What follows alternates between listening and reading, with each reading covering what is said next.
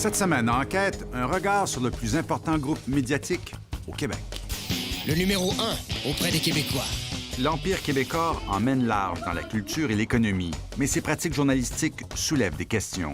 C'est pas normal qu'on regarde passer le train de la concentration en silence comme ça. Se pourrait-il que parfois le jupon de Québécois dépasse trop? Le pouvoir de la presse, c'est important pour la démocratie, mais c'est important qu'il y ait un standard de qualité.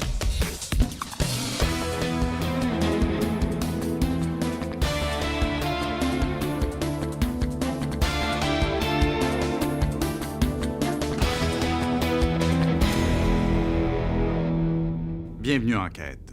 Nous abordons ce soir un sujet très délicat, puisqu'il concerne les pratiques d'un autre média, Québécois, et qui est aussi en partie, à travers sa filiale TVA, un concurrent de la télévision de Radio-Canada qui diffuse cette émission. Mais Québécois, c'est beaucoup plus que cela. Il est l'éditeur de journaux le plus important au Canada. Il est à 45 % propriété de nous tous par la Caisse de dépôt et de placement du Québec. C'est pourquoi Québécois mérite qu'on s'y intéresse de plus près. Enquête sur un groupe médiatique dont l'influence s'étend partout, dans les milieux culturels, économiques et politiques.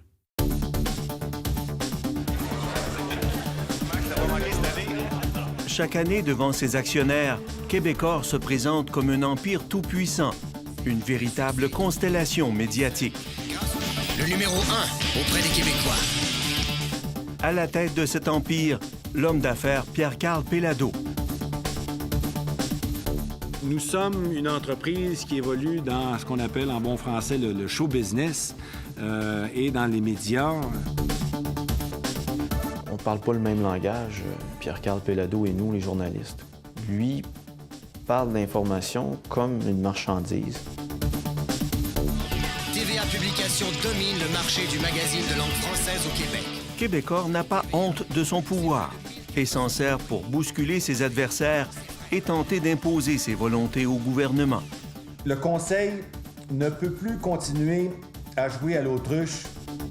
Celui qui a le grand pouvoir veut toujours avoir plus de pouvoir. Groupe Livre, le plus important groupe d'édition de langue française au Canada. C'est pas normal qu'on regarde passer le train de la concentration en silence comme ça. Or, l'entreprise est une galaxie médiatique en pleine expansion. C'est l'Empire québécois, ici à Québec, qui va finalement contrôler la ville. Ça sera pas la Beaumeville, ça va être Péladoville. Pour Québécois, les intérêts de l'Empire se confondent avec ceux de l'ensemble du Québec. Travailler pour Québécois, c'est travailler pour le Québec tout entier.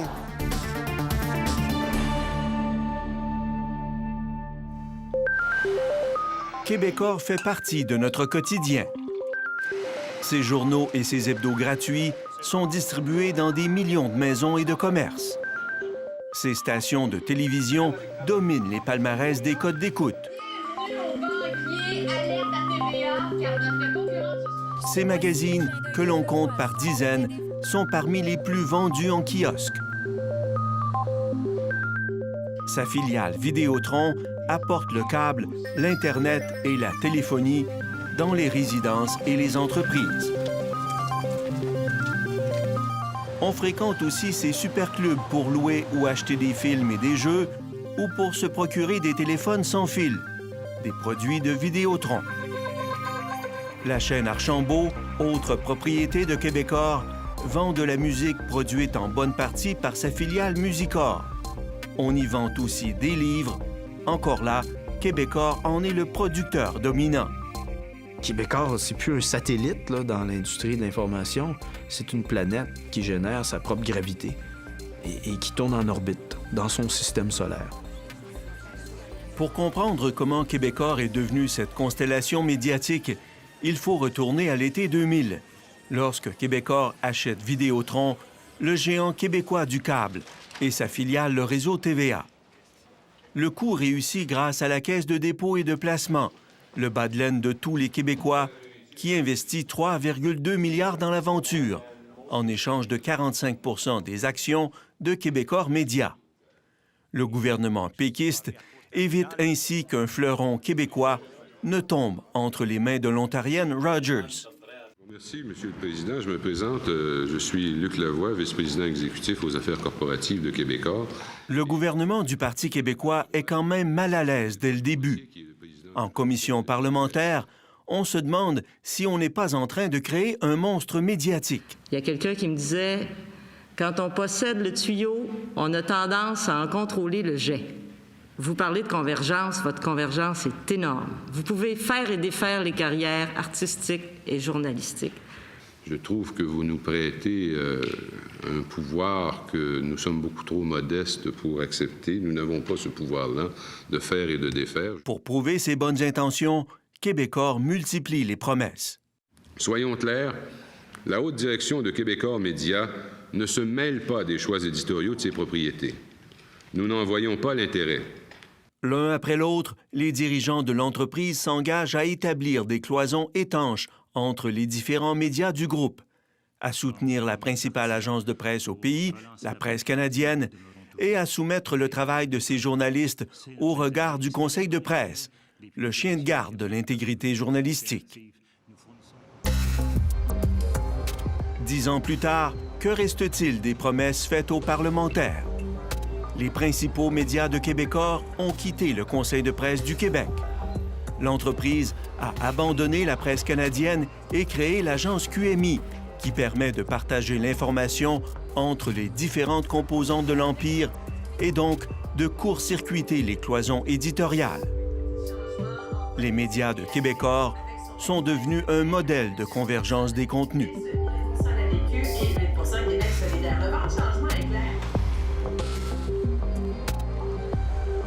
Québecor a refusé de nous accorder une entrevue, mais nous a écrit que les prétentions qu'elle ait pris des engagements solennels devant les députés sont totalement fausses.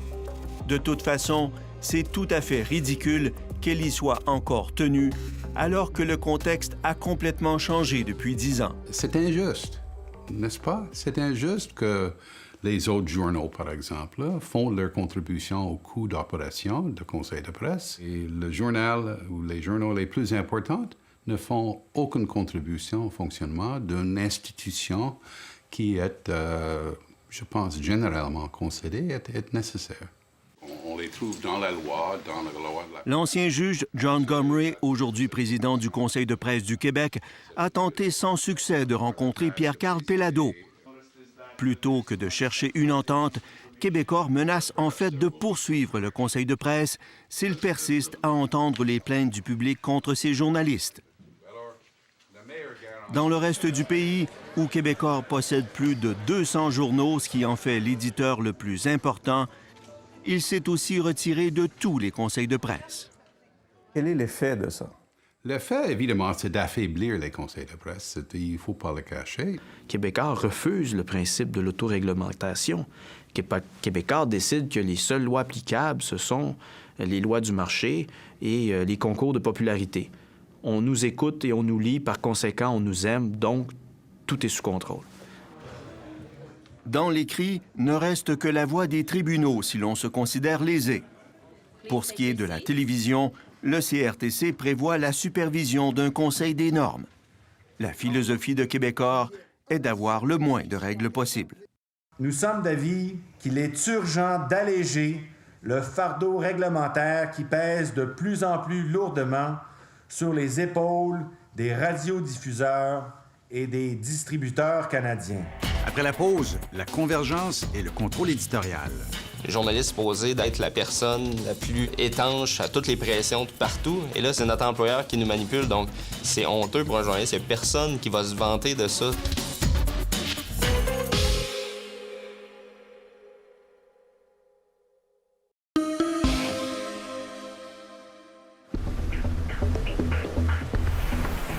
Tous les jours, les médias de Québecor publient des milliers d'articles, des centaines de reportages, souvent des primeurs bien documentés.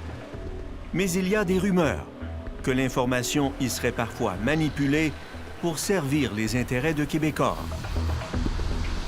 Directrice aux pages Arts et spectacles du Journal de Montréal, Michel Coudélor nie vigoureusement. J'ai un énorme respect pour le métier que je fais et pour les lecteurs que j'ai à servir. Alors, quand on parle de commandes, quand on parle, moi, ça me fait bien rire. Nous lui avons soumis un cas survenu le lundi 15 octobre 2007. Ce jour-là, 2 journaux, le Journal de Montréal et le Journal de Québec, publient le palmarès des personnalités les plus influentes du monde de la culture au Québec. La mise en page de l'article diffère d'un journal à l'autre, ce qui est normal. Mais, surprise, le contenu n'est pas le même. On avait demandé une firme extérieure pour ne pas justement que les gens croient qu'on a exigé des noms. Nous avons parlé à chacun des membres du comité d'experts indépendants formé pour établir le palmarès. On apprend que la moitié ont démissionné en dénonçant la manipulation des résultats. Aucun n'a accepté de parler à la caméra, mais nous avons obtenu des échanges de courriels qui témoignent de la promesse qu'on leur avait faite que le Journal de Montréal n'aura aucune emprise sur les résultats de ce panel. Pourtant, le 17 septembre, Michel Coudélor écrit à la firme responsable du comité indépendant pour dénoncer l'absence de René Angélil de la liste de départ. L'auteur Michel Tremblay, que le comité d'experts avait retenu comme un incontournable, n'est plus du tout influent, lance Mme Coudélor. Et John Porter, on s'en fout, dit-elle, à propos du directeur du Musée national des beaux-arts du Québec. Par la suite, elle fait valoir que Julie Snyder, conjointe de Pierre-Carl Péladeau, est beaucoup plus influente que Marie-France Bazot. Dans sa lettre de démission, un membre du comité s'insurge. On a manifestement forcé le jeu. Le pointage final est clairement biaisé en faveur de couples de personnalités. Lorsque le palmarès est finalement publié dans le Journal de Québec, le couple Péladeau-Snyder se retrouve en 4e position. Le couple Dion-Angélil, lui, arrive 8e. Mais surprise, dans le Journal de Montréal, Pierre-Carl Péladeau est soudainement seul en 4e place et sa conjointe Julie Snyder a droit à sa propre place au 6e rang. Le journaliste David Patry, auteur de l'article, a accepté de s'expliquer dans une entrevue réalisée en début d'année alors qu'il était en lock-out au Journal de Montréal. Ce qui est arrivé, c'est qu'il y a eu des changements qui ont été demandés par la direction du Journal de Montréal à la toute dernière minute dans les textes. Donc, on parle de la veille de la publication. On aurait oublié d'en aviser le Journal de Québec. Son palmarès, qui est donc l'original, plaçait Paul Arcan, animateur de radio à Montréal, en 7e place, à Québec.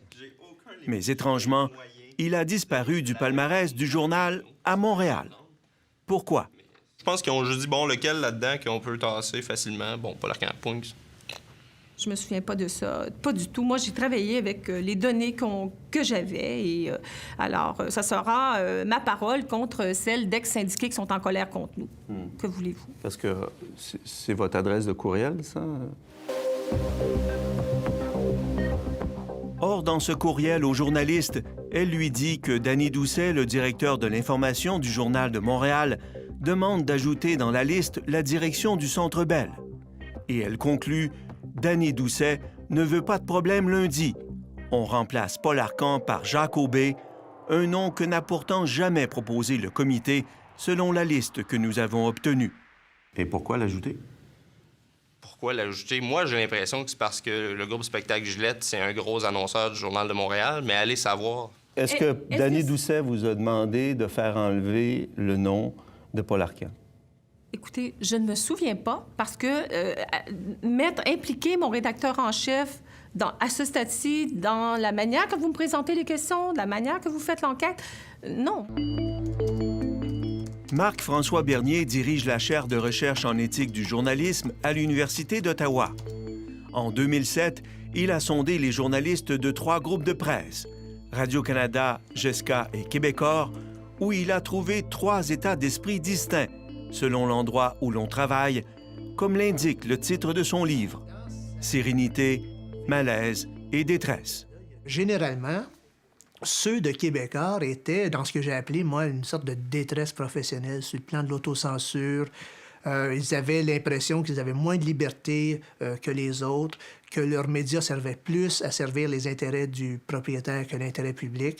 Sur plusieurs indicateurs d'intégrité de l'information, puis de qualité, puis de diversité, le résultat était en deçà de ceux de GESCA et de Radio-Canada, et de façon significative sur le plan statistique. Le journaliste est supposé d'être la personne la plus étanche à toutes les pressions de partout. Et là, c'est notre employeur qui nous manipule. Donc, c'est honteux pour un journaliste. Il n'y a personne qui va se vanter de ça. C'est très difficile à admettre.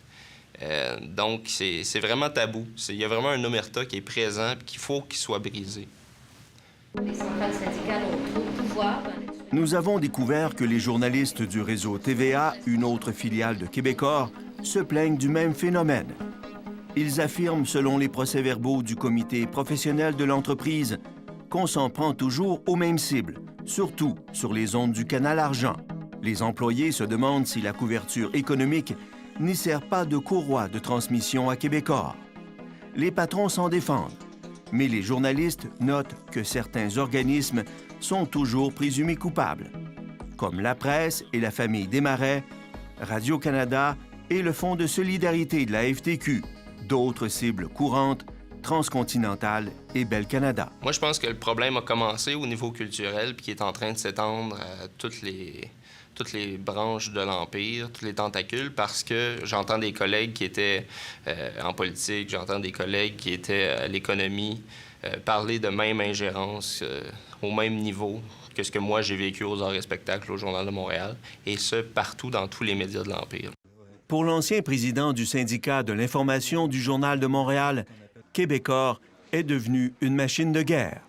C'est comme ça que ça marche. C'est que mets-toi pas dans les jambes de Québecor parce que tu vas te faire passer dessus par un immense bulldozer. C'est comme ça que ça marche. Nous avons réuni un groupe très solide et crédible d'investisseurs et d'institutions financières. Prenez l'achat du Canadien par les frères Molson il y a 2 ans, financé en partie par le Fonds de solidarité de la FTQ.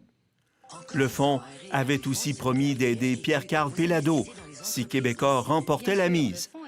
L'appui du fonds au Molson a été perçu comme une trahison par Québecor. Et depuis, le président de la FTQ a senti la différence. Michel Arsenault de la FTQ avec son salaire de plus de 140 000 $. C'est peut-être une coïncidence, mais je peux vous dire que le nombre d'articles hostiles à la FTQ, le nombre de commentaires et d'articles hostiles à la FTQ au Fonds de solidarité a augmenté de façon substantielle depuis l'achat du Canadien par les Molson en juin 2009. Autre exemple, les annonces du Fonds de solidarité de la FTQ en période des REER, qui ne sont plus diffusées sur le réseau TVA depuis 2 ans. La raison, Québecor exigeait pour les présenter que le fonds achète aussi de la publicité dans le Journal de Montréal, alors en lockout. Vous comprendrez qu'une centrale syndicale ou un fonds syndical comme le Fonds de solidarité, jamais qu'on va payer pour de la publicité dans un journal qui est en lockout ou en grève. À l'inverse, dans les médias de Québecor, l'entreprise brille toujours. Voyez cette manchette parue en février. Code d'amour des entreprises, Vidéotron la plus admirée, selon un sondage Léger Marketing. Mais en fait, l'intégrale des résultats du sondage publié dans le journal Les Affaires montre que Vidéotron n'arrive qu'en 102e place des entreprises les plus admirées au Québec. Elle n'est première que parmi les télédistributeurs. Vidéotron lance finalement son tout nouveau réseau de téléphonie sans fil. À la télévision, l'autopromotion est allée jusqu'à ouvrir le bulletin de nouvelles TVA avec un reportage sur le lancement des forfaits de téléphone sans fil de Vidéotron. Pourquoi acheter cet appareil-là? Quel est l'impact pour eux? Les journalistes au comité professionnel de TVA déplorent la couverture partisane et parfois démesurée des intérêts de Pierre-Carl Péladeau. Et ils s'inquiètent de la perte de crédibilité de l'information. Le public n'est pas dupe. Notre jupon dépasse trop. Le jupon dépasse dans le cas des médias. Lorsque les médias parlent de sujets qui les concernent, ils y accordent une attention démesurée. Donc, ils distorsionnent l'importance du sujet. Jean-François Dumas, d'Influence Communication, le plus important courtier de nouvelles au Canada, a analysé pour nous toute l'information produite au Québec depuis un an, dans le but de mesurer cette tendance des médias à l'autopromotion. Il a découvert que les journaux de GESCA contribuent à seulement 26 % de la couverture des nouvelles qui touchent les intérêts de leur propre entreprise. Le jupon de Radio-Canada est plus long. Sa radio et sa télé diffusent 42 % des nouvelles qui traitent de Radio-Canada. Mais c'est Québecor qui remporte la palme de l'autopromotion. Excluant le dossier de l'Amphithéâtre de Québec, ces médias ont produit depuis un an 55 % des nouvelles concernant Québecor. Le jupon est encore pas mal plus long à Québecor. Qui se vend le plus fort? C'est fort, là. 55,40, là, c'est plus que la moitié du contenu du Québec qui vient d'un endroit. C'est plus que la moitié. Mais cette étude fait un autre constat préoccupant sur le niveau très élevé de concentration de l'information au Québec. Québecor domine avec 37 % du marché total, loin devant Radio-Canada CBC à 24 % et les journaux de GESCA à 22 %. À eux seuls, ces trois groupes comptent pour 83 % de toutes les nouvelles consommées par les Québécois. Si les médias c'est un reflet de notre santé comme société, bien, il n'y a pas beaucoup de diversité. Après la pause, les dangers de la concentration de la presse, un modèle qui fait peur. Ce qui est arrivé en Angleterre, c'est une sorte de drapeau rouge ici au Québec.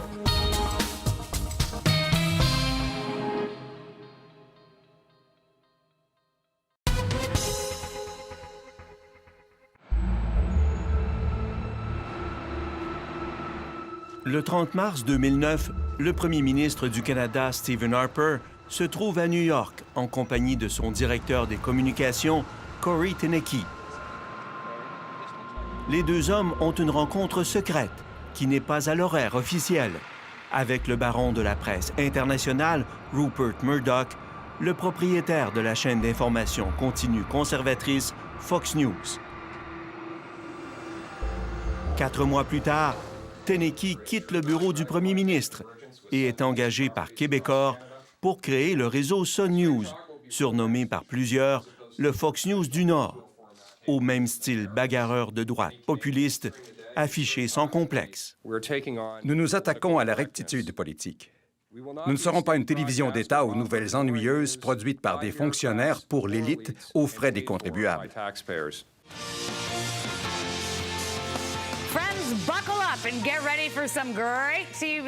Lancée au printemps dernier, la chaîne détient déjà le record du plus grand nombre de plaintes logées au Conseil canadien des normes à la suite d'une entrevue, celle avec la danseuse canadienne Margie Gillis. Elle venait de recevoir un prix du gouverneur général pour l'ensemble de sa carrière longue de 39 ans. Dans l'entrevue résolument hostile, l'animatrice de Sun News cherchait à dénoncer les subventions obtenues au fil des ans par la danseuse, allant jusqu'à ridiculiser son style.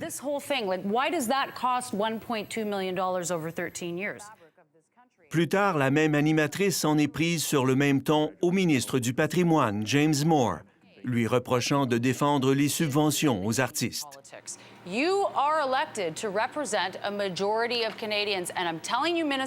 En fait, le ministre Moore est une cible régulière des attaques de Sun News. C'est son ministère qui est responsable de la Société Radio-Canada et de son pendant anglophone CBC. James Moore, the Heritage Minister. What the hell? Who the hell are you?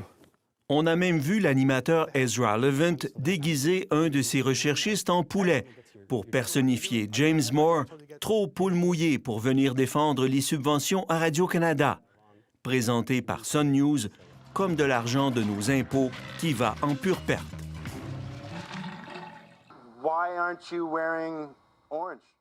Le même animateur a porté une perruque orange après les funérailles nationales du chef de l'opposition Jack Layton pour se moquer de l'importance que leur avait accordée la CBC y voyant un parti pris de gauche.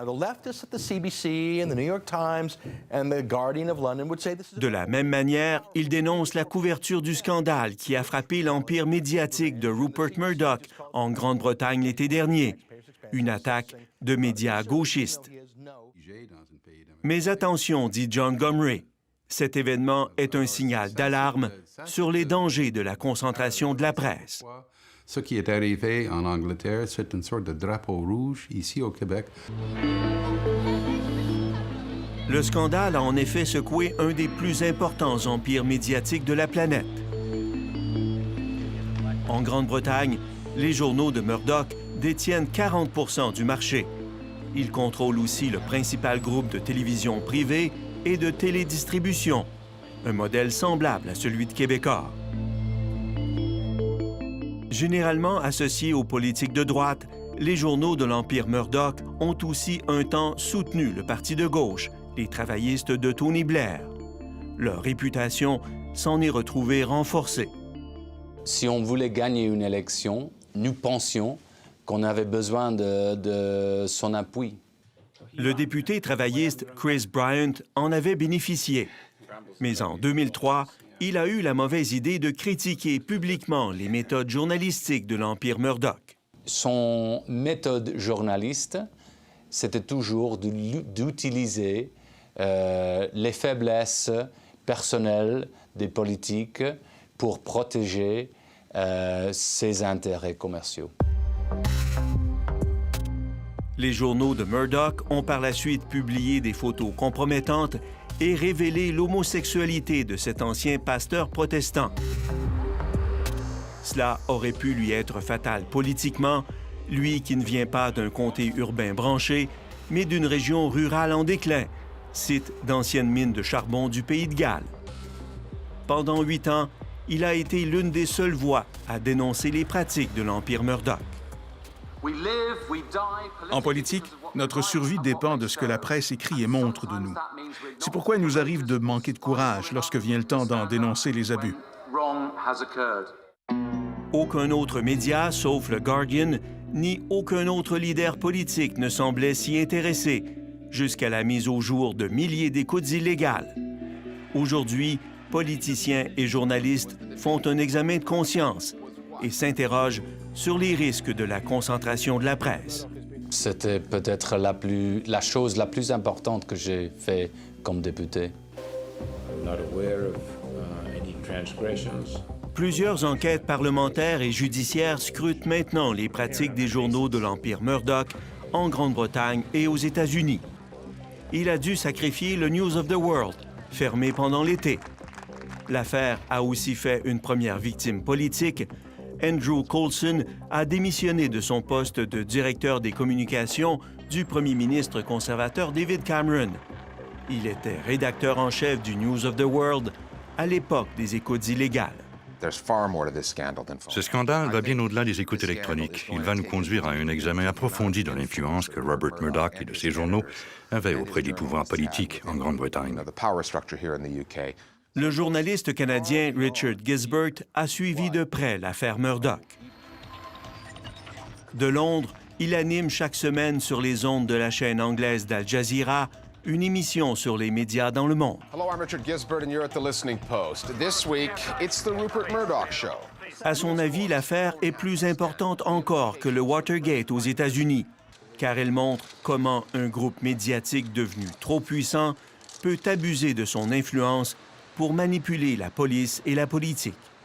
Le problème, c'est que si vous ne freinez pas la croissance de ces empires, lorsque vous réalisez qu'ils sont devenus trop gros, c'est encore plus difficile d'intervenir, car leur influence augmente avec leur taille.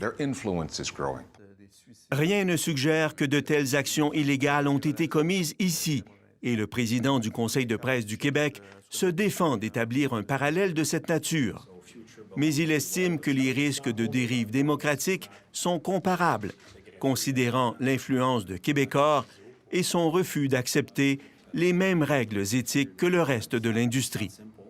Je peux vous dire que si Québecor continue de se retirer de toutes les contraintes qui sont respectées par leurs concurrentes, tôt ou tard, ils vont obliger les gouvernements d'intervenir, ce qui est déplorable, quant à moi. C'est la conséquence inévitable si quelqu'un devient trop gros et trop arrogant et trop méprisant de ce qui se passe autour d'elle.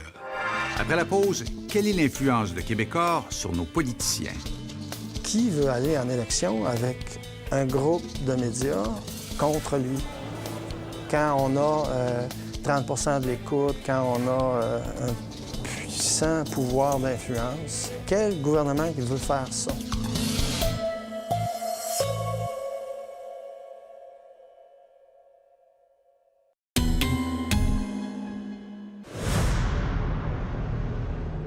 Le 7 juillet de l'an dernier, le ministre des Finances du Québec, Raymond Bachand, convoque une conférence de presse à la hâte. Il est furieux. C'est un reportage qui fait honte à la profession journalistique. Depuis 3 jours, le Journal de Montréal multiplie les manchettes injurieuses, l'accusant de mentir aux Québécois sur la réduction des dépenses de l'État. La lutte à l'évasion fiscale va plutôt dans la colonne des contribuables. La nouvelle, reprise par les autres médias de Québécois, est remplie de fausseté, lance le ministre. Le pouvoir de la presse, c'est important pour la démocratie, mais c'est important qu'il y ait un standard de qualité. On est descendu en bas de ça cette semaine, oui. Geste exceptionnel, Raymond Bachand envoie une lettre à Pierre-Carl Péladeau, lui suggérant de prendre des sanctions contre l'auteur des articles, un cadre. Le Journal de Montréal est alors en lock-out. Il ne recevra jamais d'excuses publiques ou privées. Mais 2 jours plus tard, le Journal de Montréal ridiculise le ministre des Finances en le comparant à un tenancier de bordel. De nombreux cadres et journalistes contactés pour cette enquête déplorent une dérive de l'information dans les médias de Québécois. Une critique confirmée dans les rapports du comité professionnel où les journalistes parlent de commandes peu subtiles, de patrons trop directifs, d'intervention de la direction qui ordonne certains choix dans le contenu des bulletins. Dans sa réponse écrite à notre demande d'entrevue, Québécois se défend de manipuler l'information. Le groupe affirme que ces journalistes doivent cependant répondre aux choix éditoriaux de leur rédacteur en chef. Mais avec le poids de l'Empire québécois, l'orientation de ses choix dans une même direction peut lui donner un pouvoir considérable. Par exemple, la croisade personnelle de Julie Snyder, appuyée par son conjoint Pierre-Carl Péladeau, pour le financement public de la fécondation in vitro. La bataille a fait la manchette des journaux, magazines et télévisions de l'Empire pendant des années. Je ne sais pas si les caméras de télévision peuvent montrer ça, mais Monsieur le ministre, là, il n'y a pas juste un moment ou un autre qui rit. Dès qu'il y a quelqu'un de l'opposition qui parle, dès que nous on parle, il rigole. Il rigole avec les gens qui sont autour de lui. Il y a beaucoup de plaisir. En commission parlementaire, Julie Snyder avait pris à partie le ministre de la Santé, Philippe Couillard, peu favorable à ce que l'assurance maladie couvre les traitements contre l'infertilité. Alors je me suis dit, pourquoi il nous entend si de toute façon son idée est faite? Puis l'an dernier, c'est accompagné de Julie Snyder que le nouveau ministre de la Santé, Yves Bolduc, a annoncé le financement par l'État de la fécondation in vitro. La mesure, unique au Canada, coûtera des dizaines de millions de dollars par année au gouvernement. Le taux de succès de la procédure est de 30 %. Les médecins spécialistes y voient une décision purement politique. On a fait un choix électoral parce qu'il y avait un lobby. Et est-ce qu'on aurait pu l'investir ailleurs pour avoir des effets, par exemple, sur un plus grand nombre de personnes que le nombre de personnes visées aujourd'hui? La réponse est évidemment oui. Le premier ministre Jean Charest s'apprête à tenir un point de presse au sujet de la construction éventuelle d'un nouvel amphithéâtre. 2 mois plus tard, le premier ministre Charest annonçait que le gouvernement allait payer la moitié de la facture d'un nouvel amphithéâtre à Québec. 200 millions de dollars et presque autant de la Ville de Québec, dans l'espoir de favoriser le retour des Nordiques. Les médias de Québécois, qui dénoncent habituellement les subventions gouvernementales, mobilisent toute leur puissance convergente derrière ce projet défendu par Pierre-Carl Péladeau. L'équipe de Québec! Pierre-Carl Péladeau était ici au Colisée ce soir dans le cadre du premier match de la série Montréal-Québec. Et oui, il a confirmé qu'il allait participer à la construction d'un nouvel amphithéâtre à Québec. En fait, Québecor ne paiera pas directement pour la construction de l'édifice, mais il en sera le locataire unique pendant au moins 25 ans et paiera pour inscrire son nom sur l'immeuble.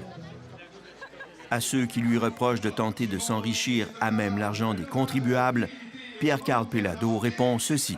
Écoutez, Québecor Média, vous savez, en plus de ça, c'est une entreprise qui est détenue par la totalité des Québécois, puisque 45 du capital est détenu par la Caisse de dépôt. Donc, travailler pour Québecor, c'est travailler pour le Québec tout entier. On dit de l'amphithéâtre qu'il sera multifonctionnel. Il pourra abriter une éventuelle équipe de hockey dont les matchs seraient retransmis sur la nouvelle chaîne de sport de TVA. Il sera aussi une salle de spectacle pour les tournées d'artistes comme les vedettes de Star Academy, dont Julie Snyder assure ensuite la gérance et la production. Enfin, l'amphithéâtre pourra servir d'immenses studios de télévision au bénéfice de Québecor.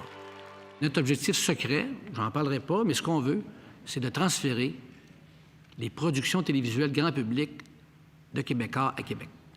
En commission parlementaire au printemps dernier, le maire de Québec et Pierre-Carl Péladeau ont plaidé pour l'adoption d'une loi spéciale afin de mettre à l'abri des tribunaux l'entente conclue de gré à gré, sans appel d'offres, entre la Ville et Québecor.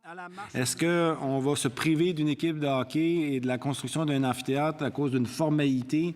L'ancien ministre péquiste, Denis de Belleval, a pris la tête du mouvement de contestation de l'entente.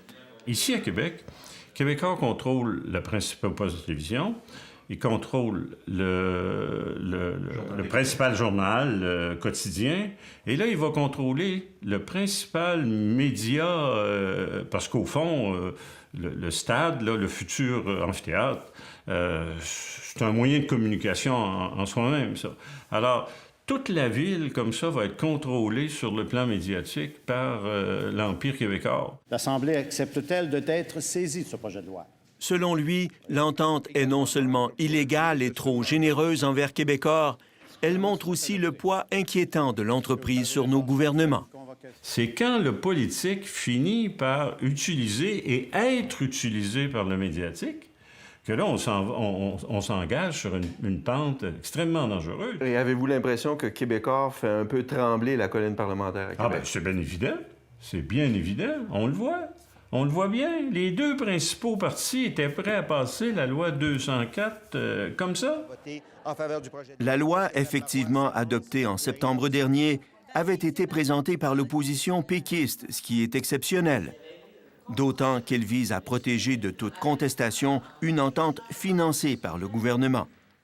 L'affaire a provoqué une crise dans le Parti québécois en juin, poussant plusieurs députés à la démission. Mais certains estiment que Pauline Marois n'avait pas le choix, qu'elle ne peut se permettre de déplaire à Québecor, qui est perçu comme proche du discours identitaire, pour ne pas dire de la cause souverainiste.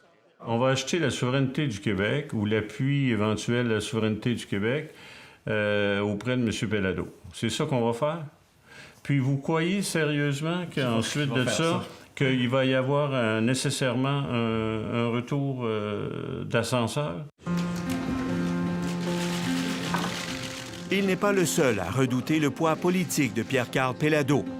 En fait, un sondage récent montre que 80 des députés se disent inquiets de la trop grande concentration des médias d'information au Québec. C'est le cas du député libéral François Ouimet. Lorsqu'il y a une concentration comme ça, avec des mots d'ordre qui sont possiblement donnés, ça fait en sorte que le public ne reçoit qu'un message de ces médias d'information. Et c'est là qu'on dit que c'est pas sain pour une démocratie. Au Parti québécois aussi, on s'inquiète de la perte de diversité des voix en information. Je pense que l'heure est venue à ce que les parlementaires aient à analyser plus en détail la question. Je le fais avec beaucoup d'enthousiasme. Mais la ministre des Communications du Québec, actuellement en tournée de consultation sur l'état de l'information, ne souhaite pas rouvrir ce débat. Je pense que la concentration de la presse, c'est quelque chose qui est un fait et qui est là. Et on ne peut pas revenir en arrière. Autrement dit, on ne pourra pas mettre la pâte à dents dans le tube. C'est fait. Ce qu'il faut faire, c'est maintenant développer la diversité des voix. Elle nous dit qu'on ne peut pas remettre la pâte à dents dans le tube. C'est une belle expression, c'est très symbolique, mais en bout de ligne, c'est une forme d'indifférence et d'incapacité d'intervenir puis d'agir. Ancien président du Conseil de presse du Québec, Raymond Corriveau croit qu'il y a peut-être de bonnes raisons pour le gouvernement de ne pas affronter Québécois. Qui veut aller en élection avec un groupe de médias contre lui? Quel gouvernement qui veut faire ça? Quand on a 30 de l'écoute, quand on a un puissant pouvoir d'influence, il n'y a pas grand monde qui veut faire ça. L'an dernier, un groupe de travail sur l'état de l'information avait mené des consultations à travers le Québec. Québécois avait refusé d'y participer. Le groupe, présidé par Dominique Payette, a ensuite recommandé d'accorder un statut professionnel aux journalistes pour les protéger d'influences indues. Nous, ce qu'on veut, au fond, c'est que la déontologie cesse d'être un enjeu commercial. C'est-à-dire que la déontologie soit la même pour tout le monde qui exerce le métier de journaliste au Québec. C'est le genre de protection que David Patry aurait souhaité avoir lorsqu'il travaillait au Journal de Montréal. C'est très, très difficile de s'opposer à son employeur. Donc, tout ce qui va amener des outils aux journalistes, que ce soit à Québécois ou ailleurs, pour leur permettre de faire un métier en suivant les pratiques, les normes journalistiques, ça va être bienvenu, c'est clair. Je pense qu'un journaliste doit avoir le droit d'écrire les faits, de décrire ce qui se passe et de sa façon, sans trop d'ingérence par ses patrons. Et je pense que ça, c'est un principe. C'est pourquoi on aimerait avoir une profession de journaliste professionnel, ils ont une certaine liberté d'action. La plupart, la très grande majorité des journalistes que je connais chez Québécois font de l'excellent travail. Cet affrontement-là se joue au-dessus de leur tête. C'est un affrontement idéologique, foncièrement, d'un patron qui veut le moins de contraintes, le moins de règles possible.